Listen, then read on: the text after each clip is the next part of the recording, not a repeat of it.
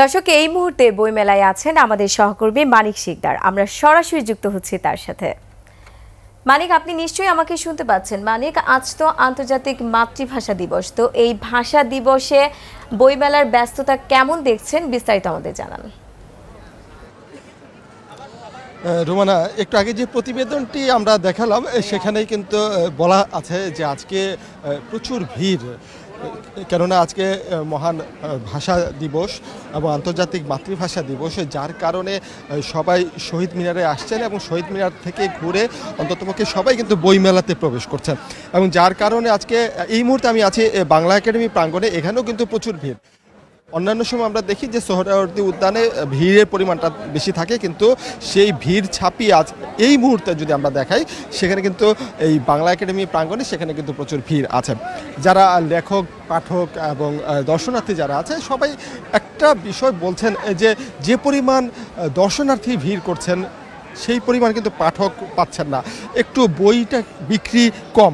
এই মুহূর্তে আমরা একজন আমার সাথে আছেন, একজন প্রকাশক এবং লেখক আসাদ পারভেজ, তার সাথে আমরা একটু কথা বলবো। এবার যে বইমেলা আমরা দেখলাম, প্রতি বছরই বইমেলা নিয়ে আমরা নানা রকম কথা শুনি, বই বিক্রির একটা হিড়িক পড়ে, কিন্তু এবার সবাই কম বেশি অভিযোগ করছেন যে বইয়ের বিক্রিটা কম, দর্শনার্থী যথেষ্ট পরিমাণ আছে। একজন প্রকাশক, একজন লেখক হিসাবে এই বিষয়টাকে আপনি কীভাবে দেখছেন?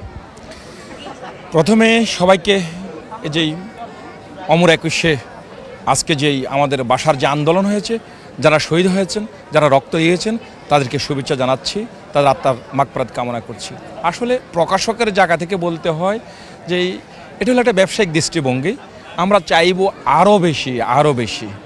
আর যখন লেখকের জায়গা থেকে বলতে হয়, তখন বলবো যে অসাধারণ এবারের পরিবেশ, যারা এবারে নিরাপত্তার জন্য, ব্যবস্থাপনার জন্য আনুষঙ্গিক যে দায়িত্ব রয়েছেন, সুন্দর একটি পরিপাটি পরিবেশ তৈরি করেছেন এবারে অমর একুশে বইমেলা 2025-এ, যার কারণে অনেক দর্শনার্থী, অনেক ক্রেতার আগমন রয়েছে। এবং আমি যে জায়গাটাতে বসি সময় ব্যয় করছি, সেখানে আমি দেখছি যে বই কেনাবেচা হচ্ছে। কোটি মানুষের আস্থার ভালোবাসায় 11 বারের মতো দেশের 1 নম্বর রেফ্রিজারেটর ব্র্যান্ড ওয়ালটন। যথেষ্ট পরিমাণ বই কেনাবেচা হচ্ছে। জি, ধন্যবাদ। আমি আবার আসবো, আপনার সাথে হয়তো কথা বলবো। কিন্তু রুমানা যেটা বলছেন, একজন এখানে আমরা একজন প্রকাশক এবং লেখক উনি, ওনার সাথে যেটা কথা বলে যেটা বলছিলাম যে অভিযোগ নানা রকম আছে, যে পাঠকের সংখ্যা কম বা ক্রেতার সংখ্যা কম, দর্শনার্থীর সংখ্যা বেশি, কিন্তু সেখানে আবার বিপরীত প্রতিক্রিয়াও আমরা দেখতে পেয়েছি বিভিন্নভাবে। তো রোমানা, আজকের যে মেলাটি, সেই মেলাটি চলবে রাত 8:30 পর্যন্ত। এখানে প্রবেশের অনুমতি দেওয়া হয়েছে, হয়তো 9টা পর্যন্ত চলবে, কিন্তু 8:30টার পরে মেলায় আর প্রবেশ করা যাবে না। আর আজকে সর্বাধিক 350, প্রায় 330টি নতুন বই এসেছে এবং 2200-রও বেশি বই ইতিমধ্যে প্রকাশিত হয়েছে এবারের মেলা। তো এই ছিল আমার কাছে এখানে থাকা সর্বশেষ তথ্য। রোমানা।